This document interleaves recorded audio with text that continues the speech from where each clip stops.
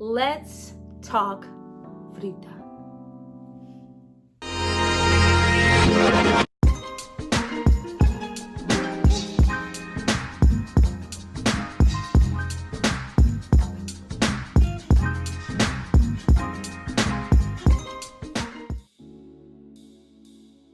Hi you guys, welcome back to my channel. It's Tyra here with another struggle review, here to discuss Frida.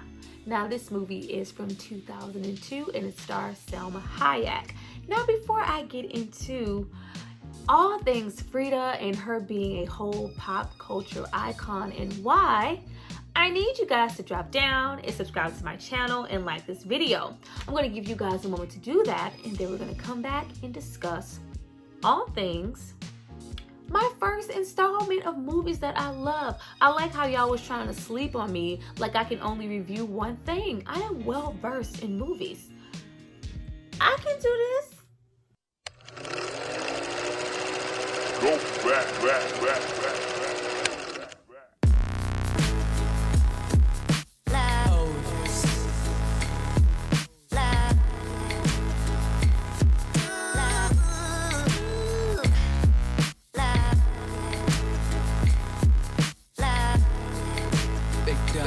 Now that you guys have hopefully subscribed to see more of me, let's get into this movie. Now before we jump directly into the movie, we have to spend a moment on Frida Kahlo and just really discuss who she is and why I feel the need to revisit this film once a year. Now I was familiar with her art, a little bit prior to seeing this movie, but this movie is done so well and really gives you an in-depth look into her mind as a person and an artist. It's just really commendable, and it makes her art even more personal. Now, Frida is beloved, she's recognized, impersonated. She's a big part of the Mexican culture. Everything, from her dress with her flowers, her unibrow, is just really infamous now.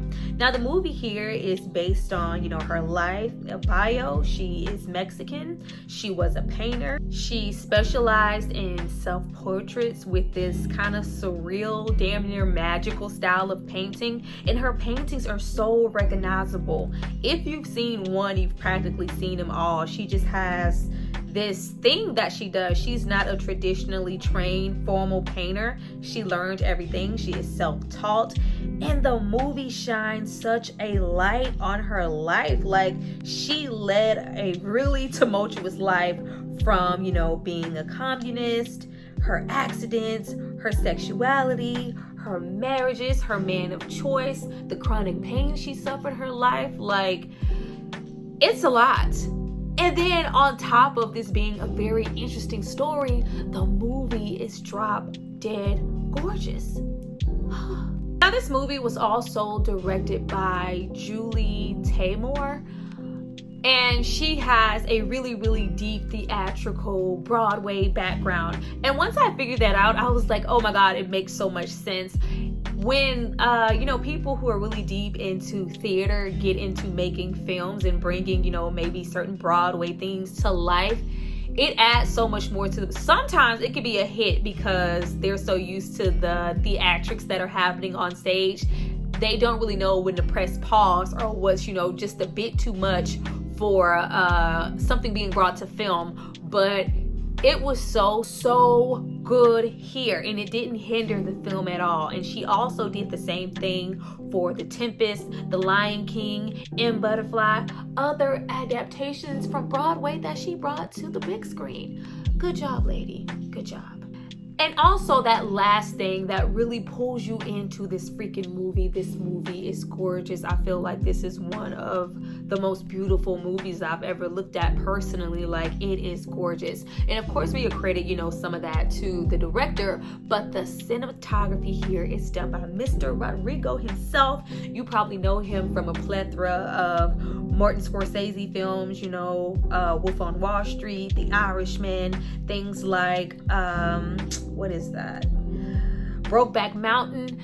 This by far, I feel like, is his best work. This movie is so vibrant. It's so beautiful. Everything moves well in the scene. And when we get those really surreal shots in the movie where they bring her art to life, it is so good, y'all. Like, literally everything here is quite breathtaking in my opinion. Now, getting into the movie, we begin with Miss Salma Hayek herself, who was also a producer on this film, and you can totally see that this was a passion project for her, and her really being in love with Frida and that Mexican culture and feeling like more people need to know who she is. I need to bring this film to light. She did such an amazing job here. This is probably one of my best roles from her, and it wasn't just, you know, about her being Selma, because y'all know Selma come with body yaddy yaddy. Like, no, she did incredible here. But we began with an older, bedridden Frida on her way to her show, and immediately when we get into young Frida making her entrance,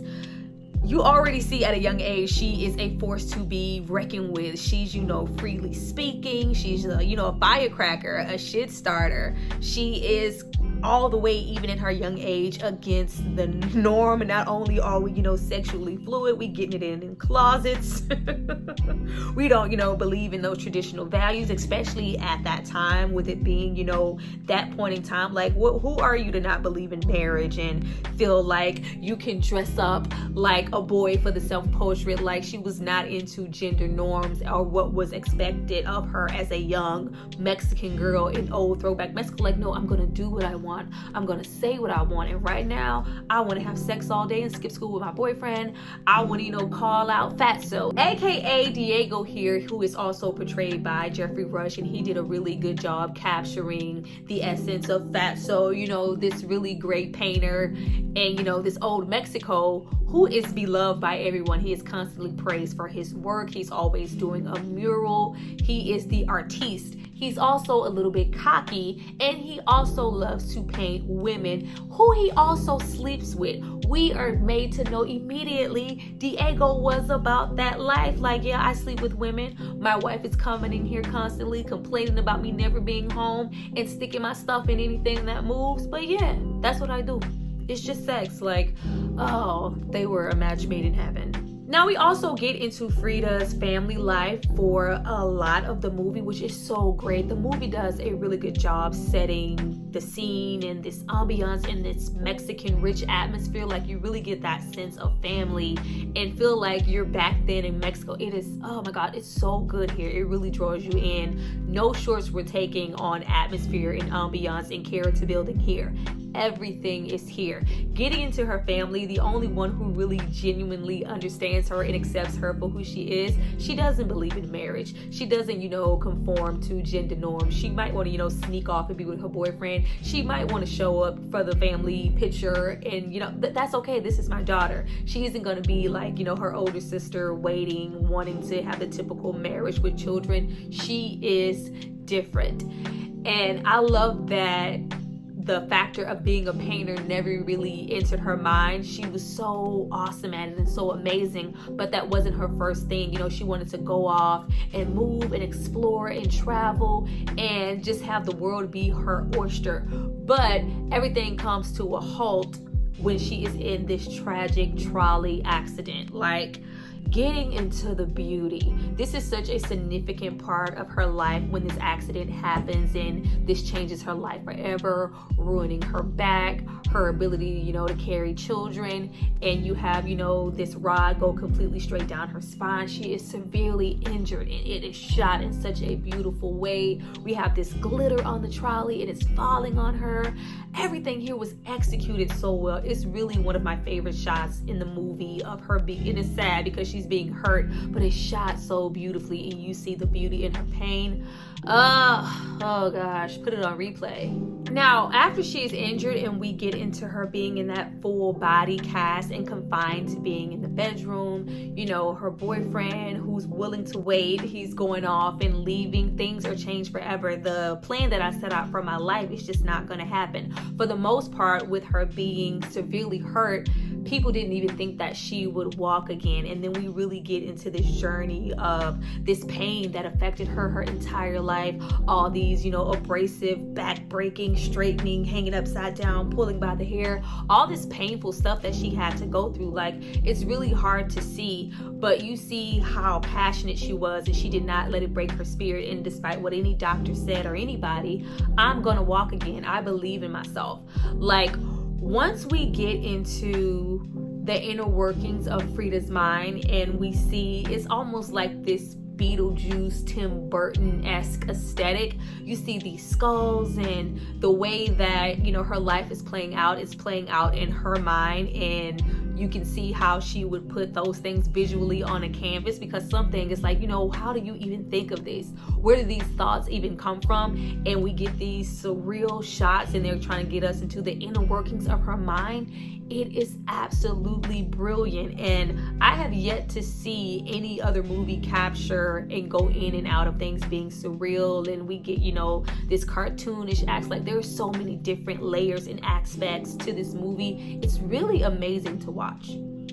We really get into her being confined to that bed in that chronic pain for a very long time, to the point that she feels like a burden to her family, and they feel like she's never gonna walk. Like, oh my goodness, I was already stricken with polio as a young child. My dreams of being a medical student and traveling and being with my boyfriend, it's over. My life is over.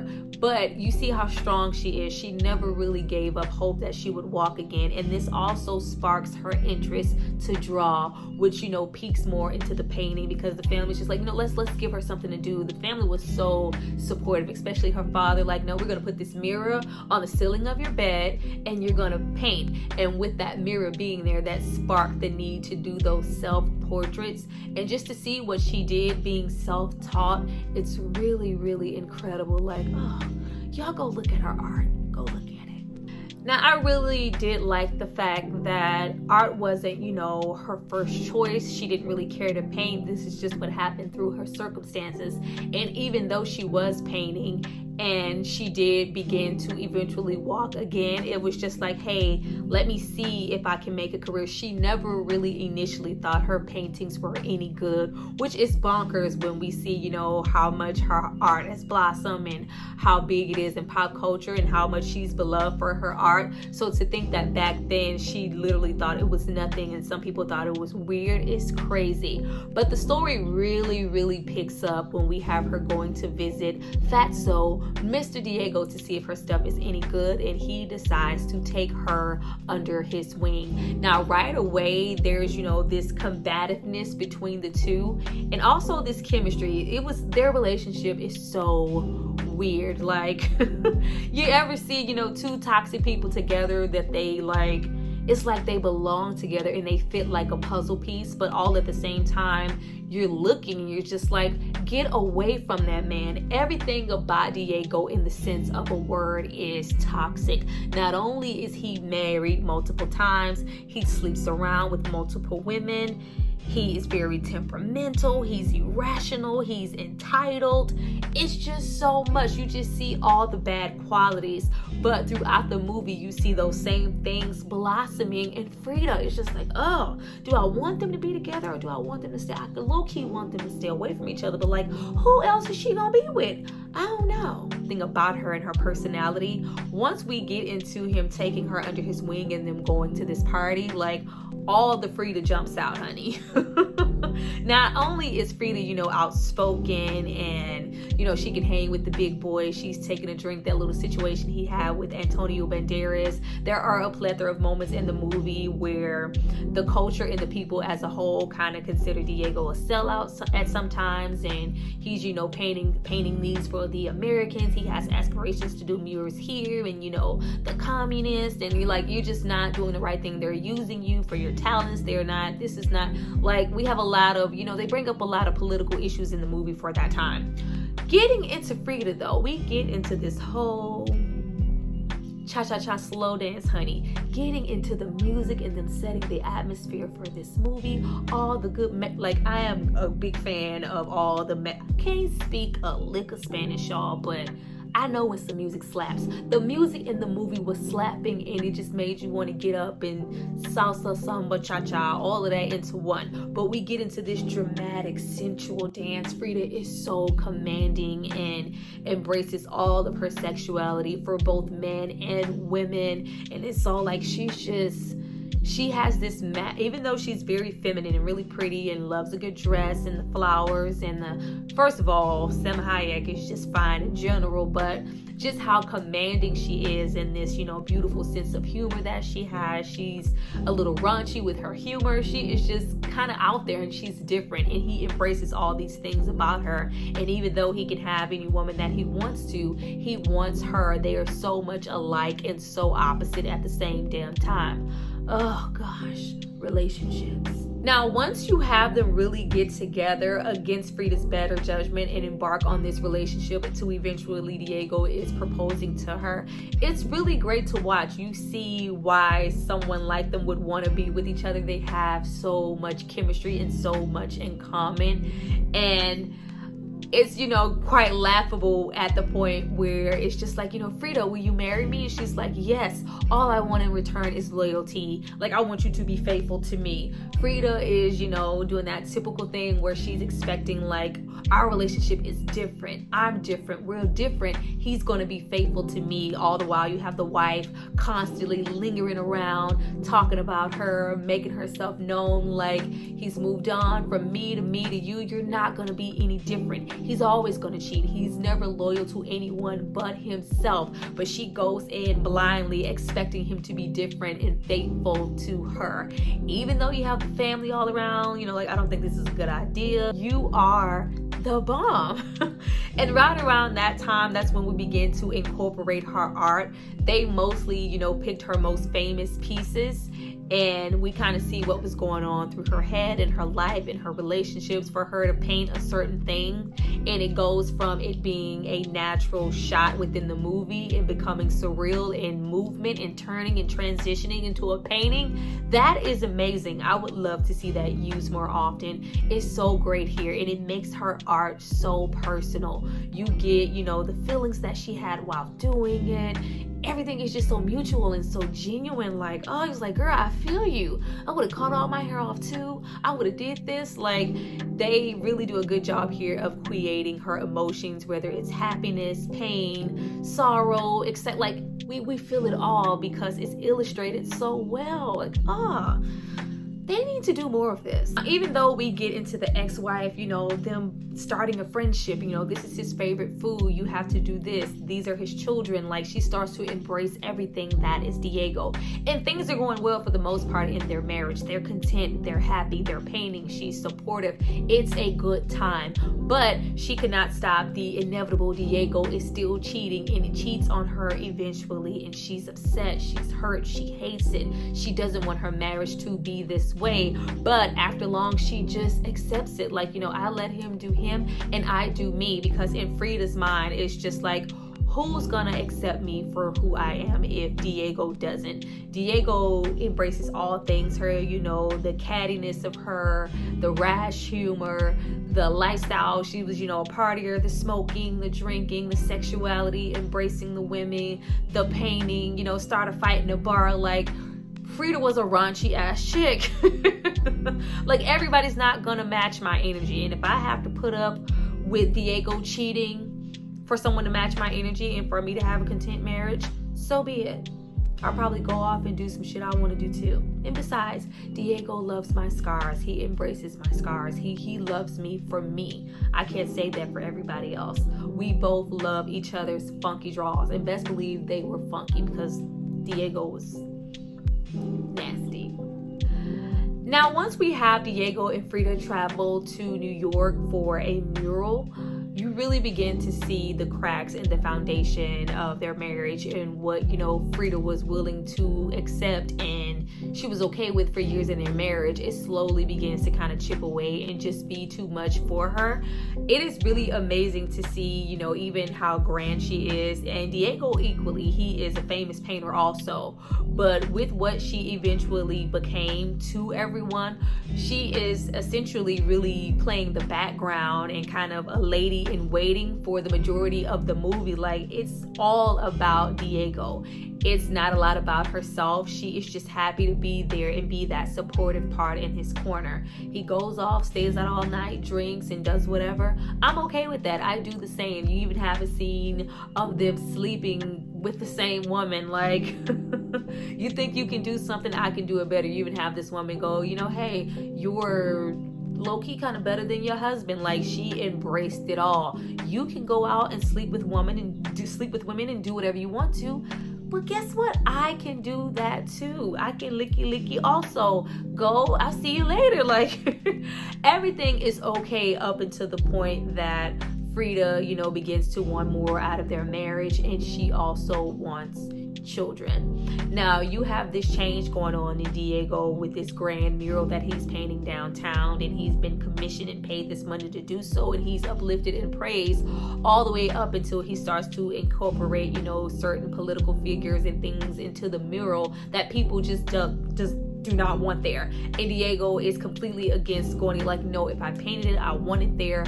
I'm not going against what I want to do. I'm not painting over anything. And that starts to crack at who he feels he is as a painter and the dominance that he has. And all the while, you have Frida in the background painting these little pictures. And it's just like, it's nothing. It's just so carefree. But we really get into her eyes being open. Not only is, you know, even though they're both cheating on each other or they have a consensual understanding, you have her like really like, I want to, you know, lay some roots down. I want us to have a family. And once we realize that due to her accident, that's just restricted her entire life up until this point. Not only did she have to learn to walk again, and she's, you know, be confined to all of this pain, like her body is changed forever. Not only is my body changed, but now I can't even carry a child to full term. And, you know, that really, really saddens and breaks her to the point of no return.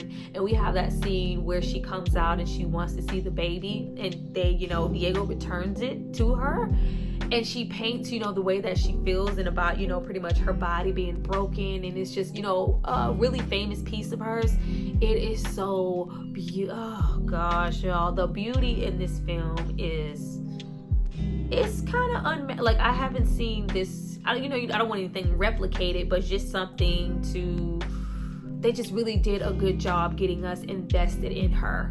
But once we have Diego broken down as a painter, not wanting to compromise for his mural, and her wanting to return to New York, she doesn't like all the praise and all the attention and all the women, all that, like, that's Diego's thing. She's really, really low key and completely fine with playing the background. But with her wanting to return, Diego is completely resentful. He feels like, you know, I want to fight the good fight. Diego is very much so political, wants to be involved in the acts of change and, you know, making Mexico great, whatever I can do to help the painting. I want to be involved in it. Like, she's like, no, I don't want to be here. I don't want to fight against anything. I don't want to be political. I don't want to be in New York, Diego. I want to go home to Mexico.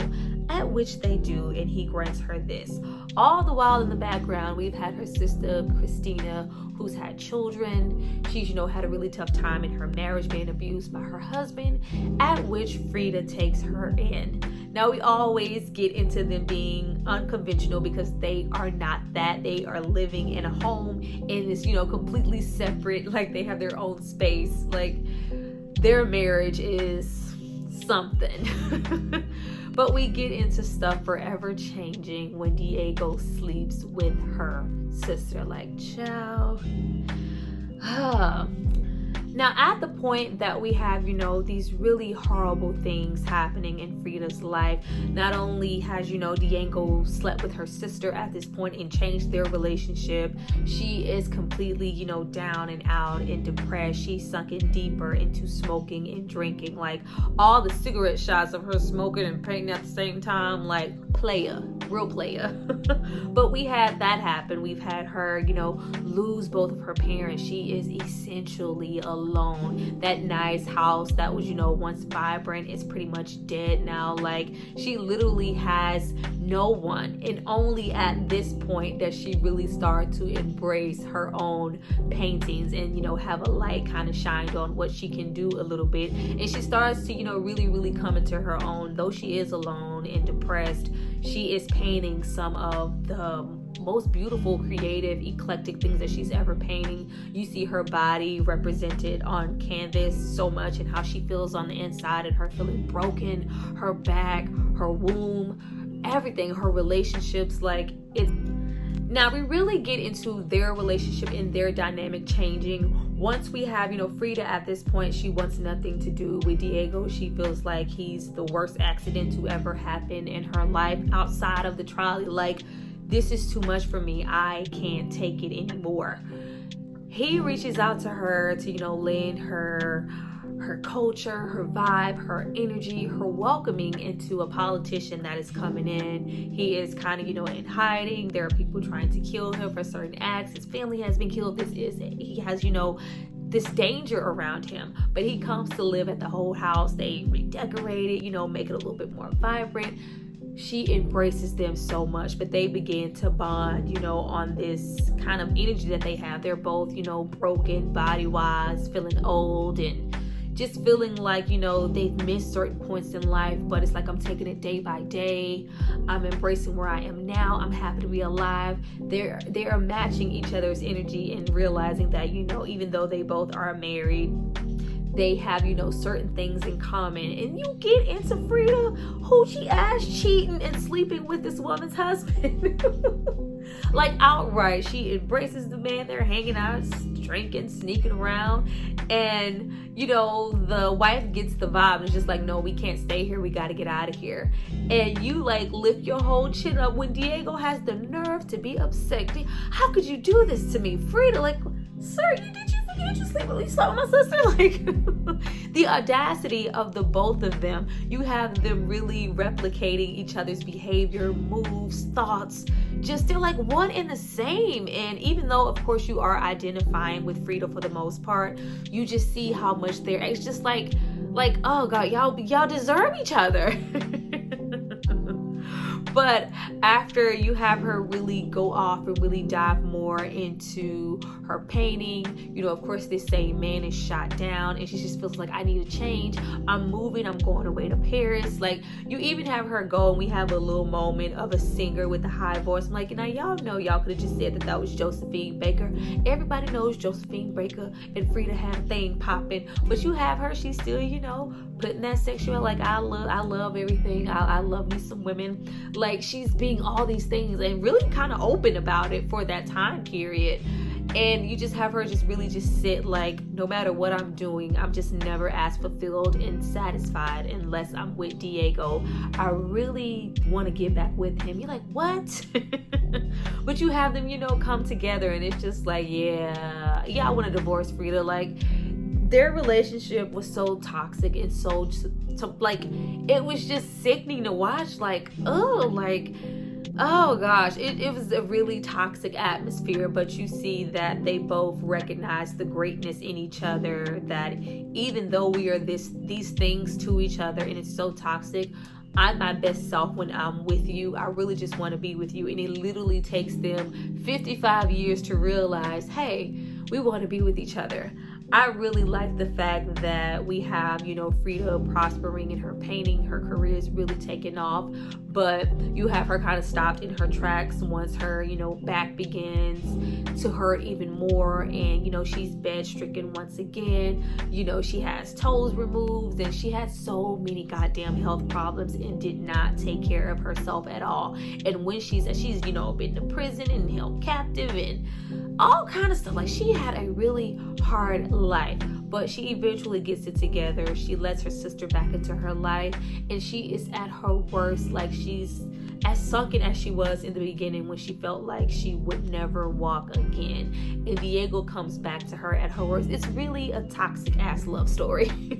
Like, she is at her worst and he comes back to remarry her and be with her and realizes that, you know, you mean more to me than any other woman I slept with, any other things that happened. Like, I'm just now realizing, even if it took me forever, that I'm meant to be with you. I want to be with you. And of course, she's, you know, I don't want any charity, but they eventually spend the rest of their years together and begin to grow old together. Like, you can tell Frida led a hard life, child. We're like into our late 40s. And Frida was out here looking 60 years old. Like, child, you need to drink some water and put that tequila down. But she's led a very, very sad life.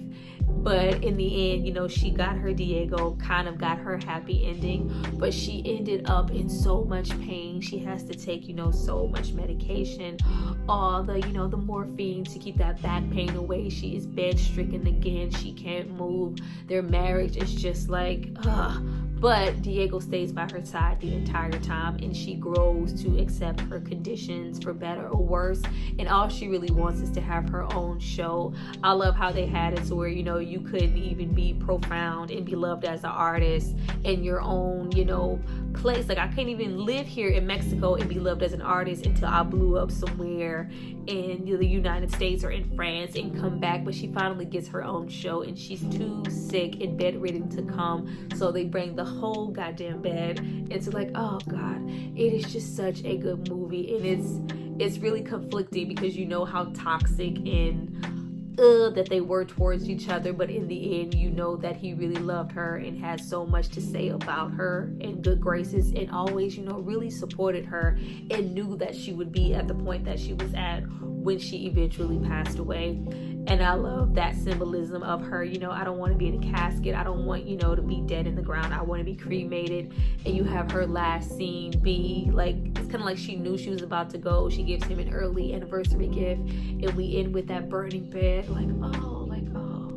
It's so toxic, loving, and conflicted all at the same time. But you really get the gist of who she was. There are a lot of biopics out where you just feel like this doesn't really warrant who this person was or this artist. I'm not getting what I need. It feels artificial. It feels fake. It feels empty. This is not that movie. If you ever wanted to know who she was as a person, as a painter, her behavior, her toxic traits, her great traits, her personality, her, you know, revolutionary type outlook, her look on politics, her all of that, it's all crammed here in this 2-hour movie. And it's just so great. It's a great story, and it's even better to look at. Go watch the movie. Well, you guys, that was my review for Frida. I hope you enjoyed it. I really, really love this movie. If you have seen this movie, please drop down and leave a comment about what you loved about it.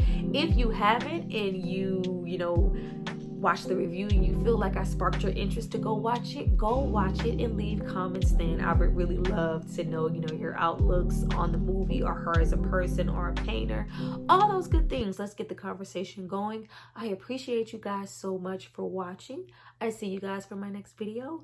Bye.